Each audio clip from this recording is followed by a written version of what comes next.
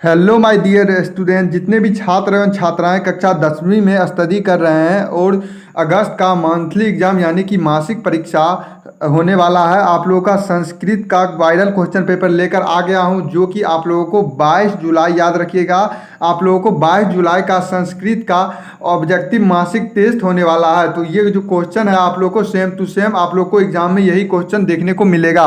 तो आप लोग एग्जाम में जाने से पहले एक बार ये क्वेश्चन जरूर याद कर लीजिए, ताकि एग्जाम में आप लोग को कोई भी दिक्कत ना हो, जो कि संस्कृत का है। और यदि मैं इसमें समय के बारे में बात करूँ तो समय जो आपका होगा 1 घंटा वही 30 मिनट, और आपका जो फुल मार्क्स होगा 50 मिनट 50 मार्क्स का, और विषय कोड आपका 105 हो जाएगा। ठीक है, तो हम लोग चलिए वीडियो को शुरू करते हुए। तो देखिए, आप क्वेश्चन की यदि मैं बात करूं तो आपको 30 क्वेश्चन रहेंगे, जिनमें से आप लोग को किन्हीं 25 प्रश्नों का ही सही उत्तर देना है। और मैंने इसका हिंदी का भी कक्षा 10वीं के हिंदी का भी बना दिया है वीडियो, आप लोग जाकर जरूर देख लीजिएगा। देखिए, आपका जो पहला जो क्वेश्चन होगा आप लोग ध्यान दीजिएगा। क्वेश्चन है, व्याघ्रपथी कथा शीर्षक पाठ किस ग्रंथ से संकलित है? तो आप लोग याद रखिएगा कि ये आपका हितोपदेश से संचलित है। किससे है संकलित? हितोपदेश से। तो एक का सही उत्तर आपका ऑप्शन नंबर बी हो जाएगा।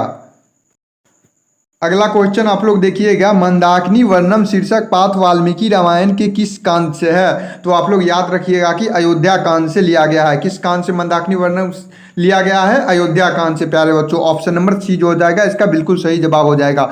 22 अगस्त के मंथली एग्जाम में आप लोग को सेम टू सेम यही क्वेश्चन देखने को मिलेगा, एक भी इनसे बाहर नहीं रहेगा। ठीक है, इस वीडियो में ऑब्जेक्टिव एवं सब्जेक्टिव दोनों बताने वाला हूँ। और चैनल पे नए हो तो चैनल को सब्सक्राइब कर लीजिए, ताकि आने वाले एग्जाम के और सारे टेस्ट के मंथली एग्जाम के क्वेश्चन पेपर मैं आप लोगों को दे दूं। और वीडियो को शेयर भी कर दीजिएगा। अगला क्वेश्चन पे आप लोग ध्यान दीजिए। क्वेश्चन दिया गया है, चित्रकूट किस नदी के किनारे अवस्थित है? तो आप लोग याद रखिएगा कि मंदाकिनी नदी के किनारे अवस्थित है। कहाँ पे अवस्थित है? तो मंदाकिनी नदी। ऑप्शन नंबर सी बिल्कुल सही जवाब हो जाएगा। अगला सवाल है आपका कि मंदाकिनी नदी का वर्णन कालिदास के किस ग्रंथ में वर्णित है? तो आप लोग याद रखिएगा कि कालिदास के रघुवंशम वर्णम में वर्णित है। किसमें है? रघुवंशम वर्णम में। 4 का सही उत्तर आपका ऑप्शन नंबर बी हो जाएगा। अगला सवाल देखिए, आपका क्वेश्चन है, हितोपदेश के रचयिता कौन है? तो आप लोग ध्यान दीजिएगा कि हितोपदेश के रचयिता आप लोग का हो जाएगा नारायण पंडित हो जाएगा। क्या हो जाएगा प्यारे बच्चों? नारायण पंडित। ऑप्शन नंबर बी सही जवाब हो जाएगा 5 का। अगला क्वेश्चन देखिए, क्वेश्चन दिया गया है आपका, काफ़ी आसान क्वेश्चन है, आप लोग इसे जरूर याद रखिएगा। ठीक है, अगला क्वेश्चन है, लोभ के दुष्परिणाम का चित्रण किस पाठ में मिलता है? तो आप लोग याद रखिएगा कि जो व्याघ्रपथी कथा पाठ में मिलता है। किसमें मिलता है प्यारे बच्चों? व्याघ्रपथी कथा में। ऑप्शन नंबर ए जो हो जाएगा बिल्कुल सही जवाब हो जाएगा। अगला सवाल आप लोग देखिए, क्वेश्चन है आपका, राम मंदाकिनी नदी किसे दिखा रहे थे? तो याद रखिएगा कि राम जो मंदाकिनी नदी सीता जी को दिखा रहे थे। किसे दिखा रहे थे प्यारे बच्चों? सीता जी को। ऑप्शन नंबर सी जो हो जाएगा बिल्कुल सही जवाब हो जाएगा। अगला सवाल देखिए, आपका क्वेश्चन है, क्वेश्चन नंबर 8 है आपका, जो विशालाक्षी उपाधि किसे दी गई? तो याद रखिएगा कि विशालाक्षी उपाधि जो थी वो सीता जी को दी गई। किसे दी गई प्यारे बच्चों? सीता जी की। ऑप्शन नंबर ए जो हो जाएगा बिल्कुल सही जवाब हो जाएगा। अगला सवाल देखिए, आपका सवाल दिया गया है, सोने का कंगन लेकर कौन बैठा था? तो आप लोग याद रखिएगा कि सोने के कंगन लेकर व्याघ्र बैठा था। कौन बैठा था प्यारे बच्चों? वृद्ध व्याघ्र। ऑप्शन नंबर ए जो हो जाएगा बिल्कुल सही जवाब हो जाएगा। अगला क्वेश्चन आप लोग देखिए, क्वेश्चन है, इस क्वेश्चन से देखने से पहले मैं आप लोग को एक बात बता दूं, चैनल को सब्सक्राइब नहीं किया हो तो चैनल को सब्सक्राइब कर लीजिए, ताकि आप लोग को और सारे सब्जेक्ट का भी मैं ऑब्जेक्टिव एवं सब्जेक्टिव प्रोवाइड करवा दूं। ठीक है, तो आप लोग चैनल को सब्सक्राइब करके रखिए। देखिए, अगला क्वेश्चन है आपका दिया गया है, कौनतई उपाधि से किसे संबोधित किया गया? तो आप लोग याद रखिएगा कि कर्ण जो है, कर्ण को संबोधित किया गया। किसे संबोधित किया गया प्यारे बच्चों? कर्ण। ऑप्शन नंबर बी बिल्कुल सही जवाब हो जाएगा। अगला सवाल देखिए, आपका क्वेश्चन दिया गया है, ज्ञानम भारम क्रियम विनम किस पाठ की उक्ति है? तो आप लोग याद रखिएगा कि आपका व्याघ्रपथी कथा की उक्ति है। किसकी है? व्याघ्रपथी कथा की। ऑप्शन नंबर बी बिल्कुल सही जवाब हो जाएगा। अगला सवाल है आपका, क्वेश्चन देखिए आप लोग, कीचड़ में कौन गिर गया? तो आप लोग याद रखिएगा कि कीचड़ में पथिक गिर गया था। कौन गिर गया था प्यारे बच्चों? पथिक गिर गया था। ऑप्शन नंबर बी इसका बिल्कुल सही जवाब हो जाएगा। अगला सवाल देखिए बाबू आप, क्वेश्चन जो दिया गया है क्वेश्चन नंबर 13 है, स्वामी विरजानंद स्वामी विरजानंद किसके गुरु थे? तो आप लोग याद रखिएगा कि स्वामी विरजानंद दयानंद के गुरु थे। किसके गुरु थे प्यारे बच्चों? दयानंद के। ऑप्शन नंबर बी जो हो जाएगा इसका बिल्कुल सही जवाब हो जाएगा। अगला प्रश्न पे आप लोग ध्यान दीजिए, सवाल दिया गया है स्वामी दयानंद का जन्म कहाँ हुआ था? तो देखिए स्वामी दयानंद का जन्म जो हुआ था तंगरा गांव में हुआ था। कहाँ पे हुआ था प्यारे बच्चों? तंगरा गांव में। ऑप्शन नंबर ए जो हो जाएगा इसका बिल्कुल राइट आंसर हो जाएगा। अगला सवाल देखिए, सवाल है आपका कि जो कर्मवीर कौन था? तो हम लोग जानते हैं कि कर्मवीर राम परवेश का नाम था। किसका नाम था कर्मवीर प्यारे बच्चों? राम परवेश हो जाएगा। 15 का जो सही उत्तर हो जाएगा आपका ऑप्शन नंबर बी हो जाएगा। अगला सवाल देखिए, क्वेश्चन दिया गया है संधि विच्छेद करना है, वागीसा का संधि विच्छेद क्या होगा?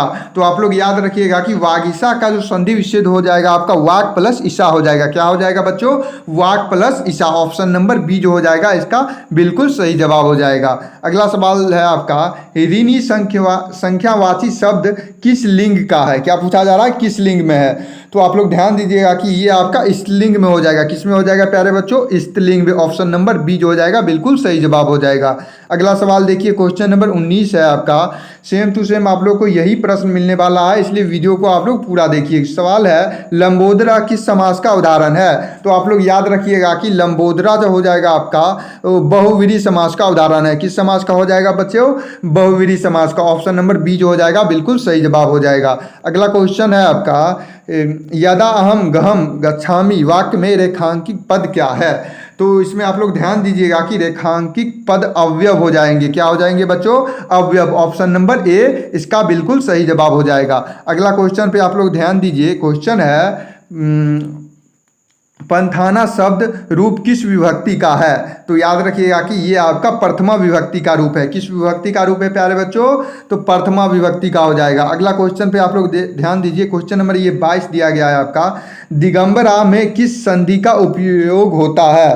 तो आप लोग याद रखिएगा कि दिगंबरा में आपका हो जाएगा व्यंजन संधि का हो जाएगा। किस संधि का प्रयोग होता है प्यारे बच्चों? तो व्यंजन संधि का उपयोग हो जाता है। ठीक है, अगला सवाल है आपका, क्वेश्चन नंबर देखिए, क्वेश्चन नंबर 23 है आपका, सही जिसमें लिखा नहीं गया। क्वेश्चन नंबर 23 है, पीताम्बरा किस समास का उदाहरण है? फिर से समास पूछा जा रहा है, तो आप लोग ध्यान दीजिएगा कि पीताम्बरा आपका बहुव्रीहि समास का उदाहरण हो जाएगा। किसका हो जाएगा बच्चों? बहुव्रीहि समास का। अगले क्वेश्चन पे आप लोग फोकस कीजिए, किस समास में अन्य पद की प्रधानता हो जाती है? तो याद रखिएगा कि बहुव्रीहि उत्तर हो जाएगा। क्या हो जाएगा? बहुव्रीहि। अगला सवाल है आपका, क्वेश्चन नंबर 25 है, महानतम पद में किस प्रत्यय का प्रयोग होता है? तो याद रखिएगा कि महानतम पद में तल का उपयोग होता है। किसका होता है? तल का। ऑप्शन नंबर जो हो जाएगा 20 सही जवाब हो जाएगा। अगला क्वेश्चन है, विशाला प्लस आक्षी की संधि क्या होगी? तो आप लोग याद रखिएगा कि विशाला प्लस आक्षी की संधि विच्छेद विशालाक्षी हो जाएगी। क्या हो जाएगी बच्चों? विशालाक्षी हो जाएंगे। ठीक है, और जो भी क्वेश्चन आप लोग को डाउट है वो क्वेश्चन आप लोग कमेंट कर सकते हैं, आप लोग को उत्तर जरूर मिलेगा। अगला क्वेश्चन है, प्राज्ञेय का संधि विच्छेद क्या होगा? तो आप लोग ध्यान दीजिएगा कि प्राज्ञेय का संधि विच्छेद प्राग प्लस एव हो जाएगा। क्या हो जाएगा बच्चों? प्राग प्लस एव। ऑप्शन नंबर बी जो हो जाएगा इसका बिल्कुल सही जवाब हो जाएगा। अगला क्वेश्चन दिया गया है आपका, बही उपपद के योग में किस विभक्ति का प्रयोग होता है? तो पंचमी विभक्ति का प्रयोग होता है। किस विभक्ति का प्रयोग होता है बच्चों? पंचमी विभक्ति का हो जाएगा। ऑप्शन नंबर बी जो हो जाएगा इसका बिल्कुल राइट आंसर हो जाएगा। अगला क्वेश्चन है, क्वेश्चन नंबर 29 दिया गया है आपका, दात्वेन पद में किस प्रत्यय का उपयोग होता है? तो याद रखिएगा कि त्वय का उपयोग होता है। किसका होता है? तो त्वय का। ऑप्शन नंबर बी जो हो जाएगा 29 का सही जवाब हो जाएगा। अगला सवाल है आपका, क्वेश्चन नंबर 30 दिया गया है। क्वेश्चन नंबर 30 देखिए, आप लोग, अन्वय पद में किसका उपसर्ग होता है? तो याद रखिएगा कि अनु का उपसर्ग होता है। किसका होता है बच्चों? अनु का होता है। तो 30 का जो सही उत्तर हो जाएगा आपका ऑप्शन नंबर बी हो जाएगा। अब आप लोग सब्जेक्टिव क्वेश्चन एक बार जरूर देख लीजिए। सब्जेक्टिव क्वेश्चन ये आप लोग का रहा, जो खंड बी में आप लोगों को इसी तरह से रहेगा कि निम्नलिखित प्रश्नों में से किन्हीं 5 प्रश्नों का उत्तर देना है, जिनमें से आप लोगों को 10 प्रश्न रहेगा और उनमें से किन्हीं 5 प्रश्नों का ही आपका सही उत्तर देना है। आगे और देखिए, प्रश्न इस तरह से दिया गया है, 5 में से किन्हीं एक पर आपको अनुवाद लिखना है, एक पर। ठीक है, तो अगले वीडियो में मैं इसका सब्जेक्टिव का आंसर भी लेकर आऊँगा, तो आप लोग चैनल को सब्सक्राइब करके रखिए, ताकि और सारे सब्जेक्ट का आप लोग आंसर एवं सब्जेक्टिव का आंसर को आप लोग प्राप्त कर सकें।